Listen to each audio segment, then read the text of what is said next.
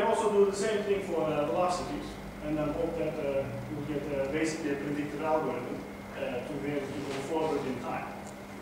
If you do this, the other considerations, of course, they have to be analytically well-behaved functions.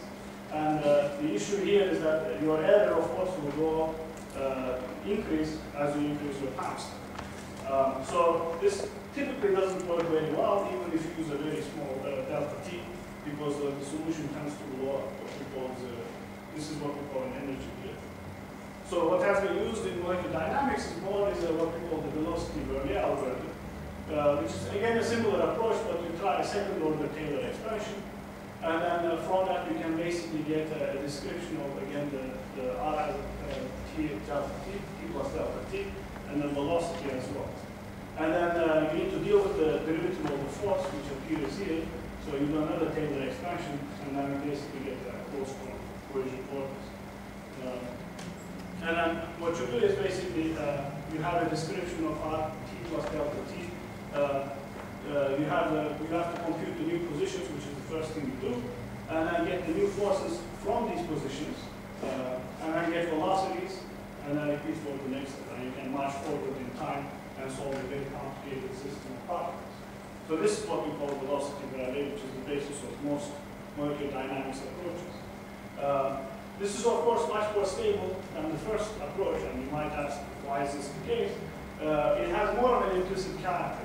The other integration algorithm, which is the basis of many different computational approaches, is what we call explicit algorithms. And the issue there is that you don't have much of a feedback. You just use the positions and the velocities at one time step, and then you try to predict the next time step. But once you start getting off that trajectory a little bit, you basically diverge in a very short time step. So this, the fact that you have the forces involved in this algorithm makes it more implicit. And then through this approach, you can correct yourself more accurately. And this is a really nice approach for MD. It's very fast, it has very little memory requirement, excellent energy conservation, and so forth. So it has been used quite extensively in molecular dynamics. But you still have to worry about this time step issue, the delta t, because that's basically a source of error that you cannot get rid of unless you use an extremely small time step, which will take forever to solve the equation. If you come from the finite elements background, you might find some limitations of this algorithm, which would be one case where you have, one case would be when you have force depending on velocities. So then this approach would not work. And one example of that would be when you have damping in the system.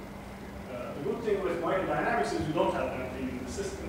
Damping comes into the system as a function of the molecular interactions and how basically particles collide with each other. So it's more of an emergent phenomenon than a molecular interaction description. So this is one of the key differences, and this is why this algorithm is so widely used for specific case of dynamics.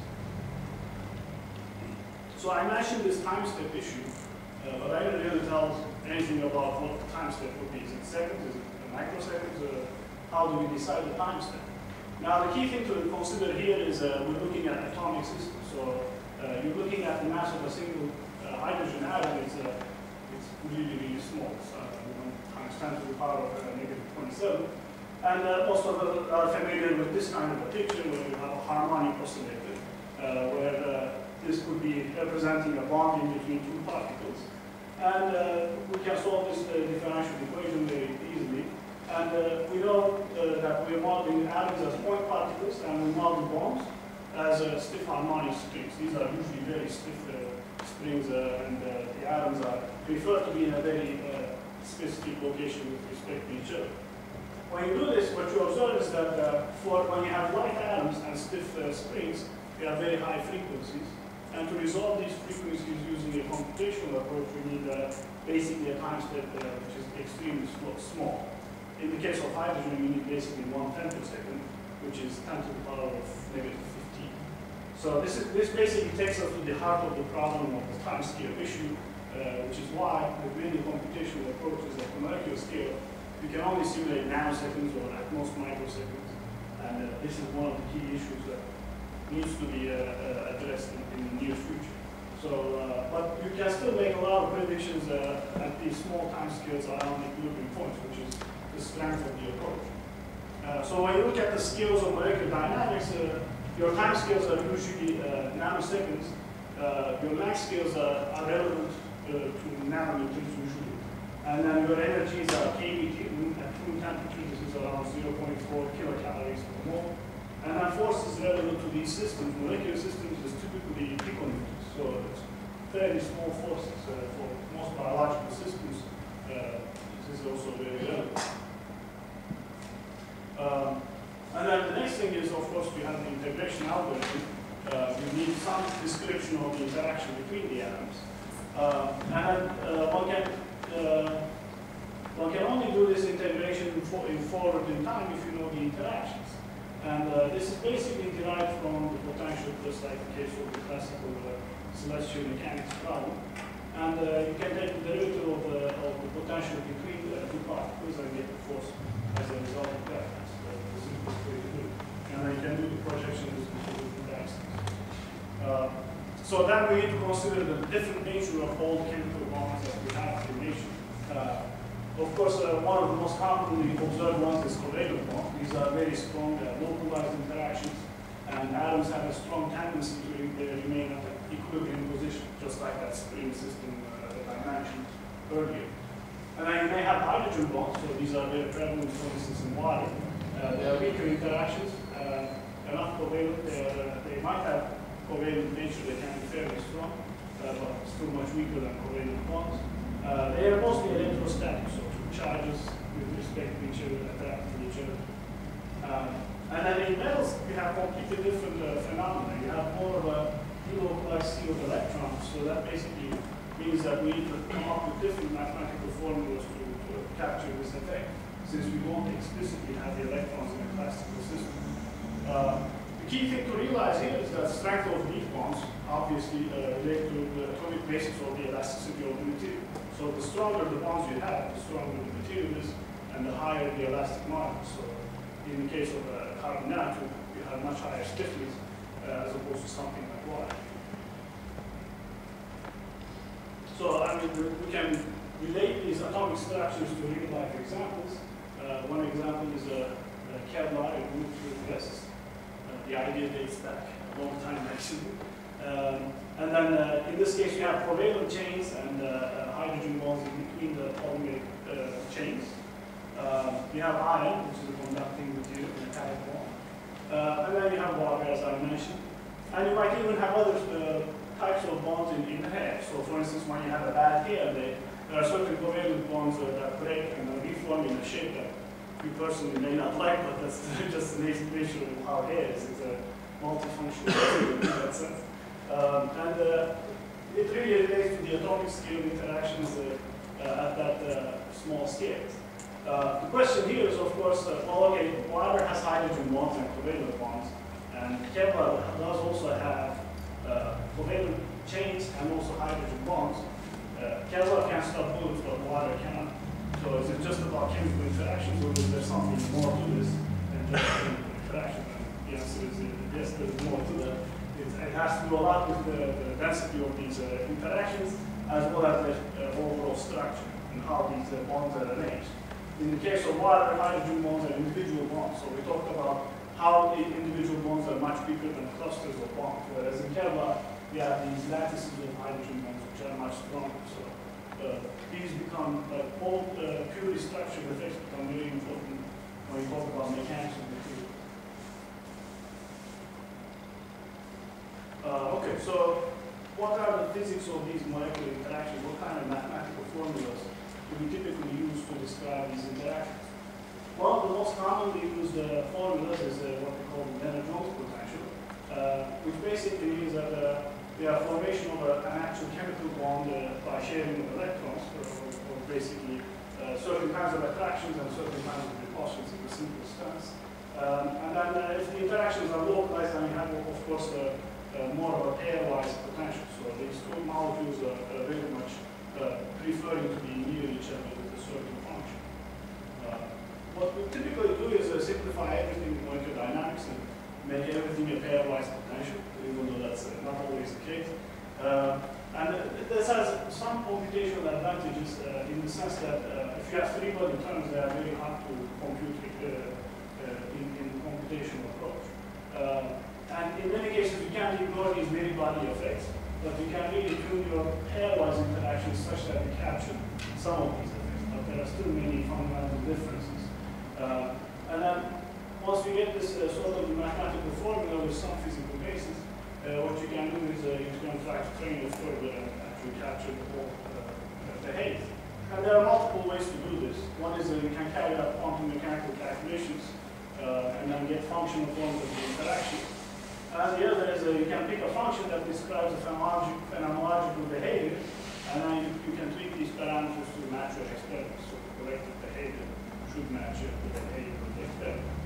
And typically, that's what has been done in molecular dynamics. We have a lot of empirical formulas that mainly based initially on quantum mechanics, but are also trained quite a bit with experiments. Then you get molecular vibrations, scattering, specifically bulk modules, all of these things incorporated into the potential. Question is, what's the most well-known pair potential? I don't know if any of you know the answer. Leonard-Jones is extremely widely used. And it basically comes from the ideal gas law, when real gases really don't obey the ideal gas law because they interact with each other. They have some attractions and repulsions. And some of these attractions, they were found to behave in an R to the 6 relation, so the distance between the two molecules to the power of 6. And then, and this is more related to dipole-dipole interactions between atoms. It's more of a quantum mechanical effect. And a repulsion arises because electrons don't want to be too close to each other in a confined environment. So Leonard-Jones was a simple potential derived to capture these attraction-repulsion balance for molecular systems. And basically, it's going back to the point particle representation. You have a function for the repulsion, another function for the attraction, and this gives you an overall function that looks like this, with a dip at the center, which is the mean of the function. You might look at the structure of the Leonard-Jones function, and you might ask, why is there a 12 here? We didn't really talk about the physical basis of 12. It's actually mostly a computational convenience. It doesn't have any physical basis. It's just the square of the 6, and that makes it easier to compute in computational approaches. The more correct form is actually an exponential form. That's also commonly used. But since molecules are rarely too close to each other, it doesn't play a huge role in most scenarios. But there are scenarios where you have to be careful about this R to the 12 function. And the basic concept here is that you have basically an interaction energy, depth of the energy well, and then an equilibrium distance between two particles, the distance at which they prefer to be, just like a spring. And those are basically the parameters that you have. It's a very simple potential. And by taking the derivative of that potential, you can get the force between the two particles. So that's the basis of molecular dynamics. And then equilibrium distance, of course, is the point at which the force between the two particles is equal to 0. One question you might ask is, how do I really get the bulk system behavior? For instance, if I had let's say I want to simulate a protein, and I put some water around it, even if the water is in a box, by surface tension, it's going to form a sphere. So, but I might not want to really simulate the case where water is surrounded, the protein is surrounded by a sphere. So I need to do some sort of a trick to be able to get the bulk behavior.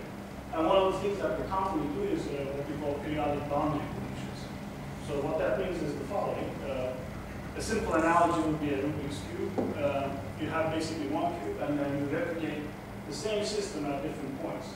So you surround the same cube with many different points, and then you can basically say that when this item moves to the other side, it will come back from where it left, from the other side. So it's just a simple approach that we take to basically study bulk behavior. And if the system has irregularities, defects, complex resurfaces, etc., you need to be careful about which boundary conditions need to be pre-out. But in general, it's a very useful approach to study overall bulk behavior. And then we'll talk about pair potentials. One of the tricks we also do is some tricks that we do to reduce the computation cost. One of these is basically counting the number of neighbors at each time step, and then basically defining a cutoff distance beyond which you assume that molecular interactions will not, they are very small and they won't interact with each other. And for charges, of course, this is a very long distance, but for Leonard Jones, this is, of course, a small distance. And, okay, so we do all of these simplifications and approximations. What do we get in the end? Well, the really nice thing is that you know the position and velocity and accelerations of every single atom, the force on every atom. You have a lot of information that you can use using this simple method. And the question there is, of course, okay, these are all microscopic features. Can I connect them to macroscopic or thermodynamical features of the system? And the link between that is what we call statistical mechanics, things like temperature, pressure, state, diffusivity, etc. are really the key things that we are interested in. And basically, the macroscopic system is defined by typically size-dependent variables, such as number of particles, volume, and so forth. And then macroscopic conditions are essentially imposed on the microscopic system as external constraints, so pressure in the environment and so forth.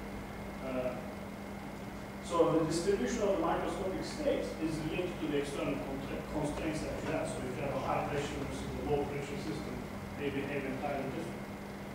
And then basically we can do this computationally by molecular simulation, and there are two main approaches among others. One is molecular dynamics. So for each particle you solve F equals ma. The other is Monte Carlo simulation. So by defining the probability of being in different states, you can essentially shuffle through different configurations and get an average of the overall behavior. And these are the two approaches that we take to. And then the link between macroscopic and microscopic states is basically comes from statistical mechanics. What we know is that if you look at a box with a certain temperature and pressure, you might have different configurations of the system, and these might be still related to the same pressure, temperature, volume, and number of atoms. This is what we call basically an ensemble. So you might have different configurations pertaining to the same macroscopic behavior. And each copy represents a possible microscopic state, and this microscopic collection of states is really a loose term. It doesn't have to be microscale, it can be a nanoscale collection of systems. But the key thing is that they relate to the same microscopic behavior. And then what this pertains to is that you have the total potential energy of the system and the total kinetic energy of the system, which are the two characteristics that you can use to relate to the overall macroscale behavior. So when we talk about ensembles, we mean two different things. One is the collection of all of the possible states, like the snapshot we could take from the simulation. The other is also referring to the constraints that you have in the system, in particular to certain experimental conditions. So I might do an experiment with a constant volume, let's say in a beaker with a closed system. It could be constant temperature, number of particles could change or not change, and so forth. So in molecular dynamics, we sample to create different configurations, and the collection of these configurations is then the ensemble that pertains to the specific experiment that we want to do. So then there are many interesting variables, thermodynamic variables that you can control, and you have to pick which one is actually the most realistic scenario for the specific simulation you're doing. And this is the basis of what we call an ensemble. So there are very different ensembles. One is constant volume, the number of particles, volume, energy. This we call the NVE ensemble. And then NVT ensemble is volume, temperature, and particles is the same. And then MPG, which is most commonly used in many scenarios, is you keep the pressure and temperature constant, like in a controlled experimental environment, as well as the number of particles. So then the key thing is, of course, you can have different kinds of ensembles, and you can have what we call extensive and intensive properties. So intensive properties is conserved if you break the system into smaller subsystems, so temperature and so forth. whereas extensive properties are size dependent, such as the number of particles or the energy of the system. So when you're comparing two different systems, if they're a different size, you can't really compare the extensive properties directly, whereas intensive, you could compare. And then, since we have a constant number of particles, volume, and energy, the key implication is that every state has the same energy, and therefore they have the same likelihood as each other. And then there are other ensembles. I'm not going to go into too much detail here, but basically we can have grand canonical ensemble, consider a chemical potential, and you can have isothermal MPG ensemble, which is relevant to the experiments. So the key, we talked about this because it really relates to how you get something out of molecular dynamics and try to relate to some of the macroscopic phenomena. And this has to do with averaging over the whole ensemble. And the question is, can you simply average over all of the states? This is generally incorrect in most ensembles because each state doesn't have the same probability unless we intend the ensemble. So certain states have a high energy, others have a low energy, and you need to take this effect into account. So what we mean by that is each property is due to a microscopic state has to be multiplied by the probability of being in that specific state, which is basic probability. And then you have a probability density distribution that defines the overall system, where higher energy positions are less likely to be observed than the lower energy systems. So you always try to go to the minimum energy state that will fluctuate over time. Well, this is nice. Okay, so we want to average with the correct probabilities. This is impossible to calculate usually analytically for a large particle system. Because the reason is you must know all possible configurations and then basically their probabilities, which is very hard to do. So that's why we employ numerical simulation to be able to solve this problem. So you either have to sample all of these states using Monte Carlo approaches or molecular dynamics approaches or anything that is similar to these two approaches that go over many different states. The key question that people ask in this regard is what we call the ergodic theory. In other words, if you're sampling with the correct probabilities, the set of microscopic states generated by solving the equations of motion in molecular dynamics automatically generates the proper distribution and weights of the microscopic states. So this is called the ergodic hypothesis, which means that if you take an average over a long time, it also is equal to the average of the ensemble that you're observing. So this is basically at the essence of taking averages and reflecting those to the microscopic states. So in this case, if you do Monte Carlo simulations and you're sampling through the different configurations, you don't really have a trajectory of going from one state to the other. But when you average it, you get the correct ensemble. In molecular dynamics, we also, if the system is ergodic, then that we also have the average. And assuming you can sample it long enough, you get a fairly close approximation to the real system. And so the importance for the MPG algorithm is that since we're moving forward in time by integrating the system, you can basically get the average of the system by just taking an average over time. So that's the key idea.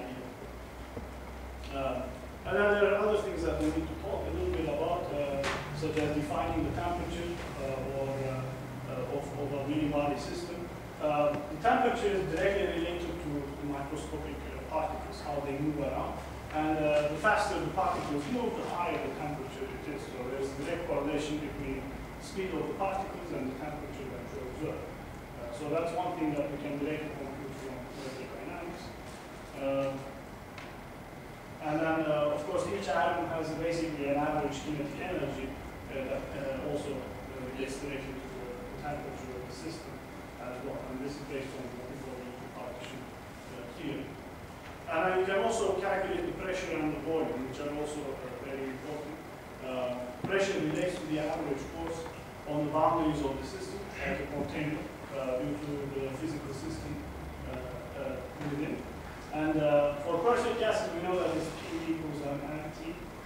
For actual microscopic systems, we have additional terms to for the molecular interactions as we discussed before. So that comes from the basic potentials and so forth.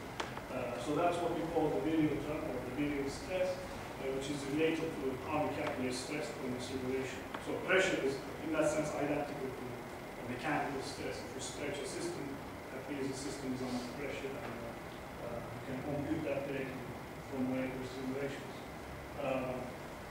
And of course, volume of the simulation is the direct output of the simulation box. We're looking at instantaneous minimum and maximum values of atomic particles. So that's basically all I have on the basic concepts of molecular dynamics. I went through fairly fast, but if you have any general questions, I think we can use the time to discuss these aspects.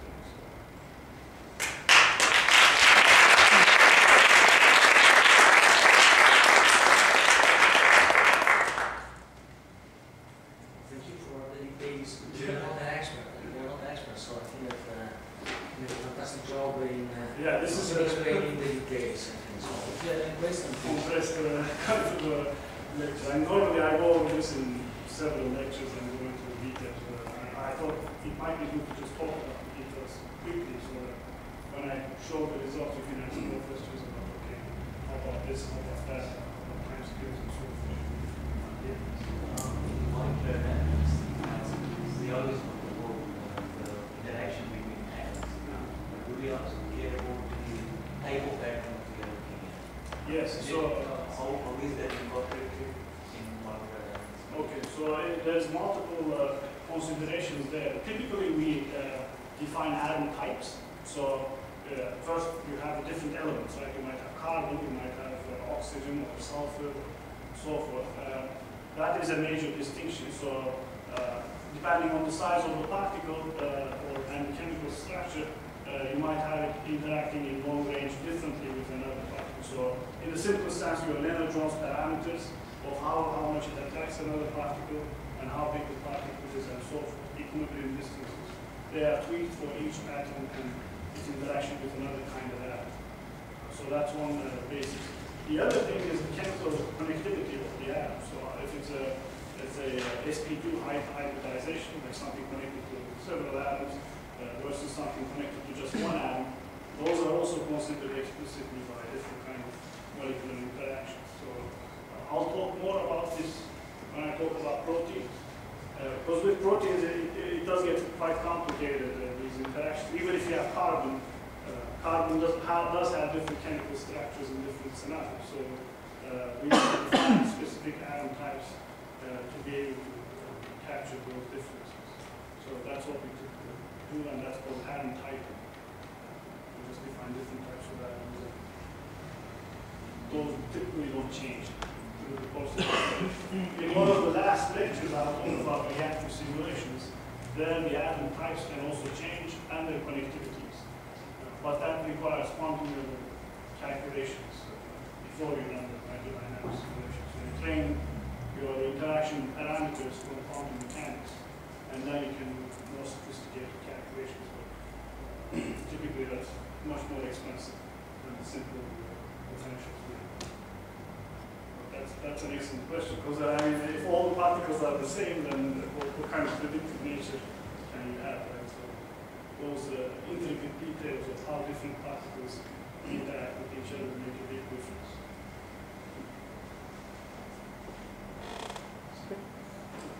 I would like to know how important is the track the volume of water in the simulation, because it had a lot of atoms and the cross computing scenario. So yeah, I have one slide on this tomorrow, but we can discuss briefly. So what typically happens in let's say, when you do a protein simulation is you have this tiny protein, or it can be big, but let's say it's something like this, a certain shape, and then you really want to have a water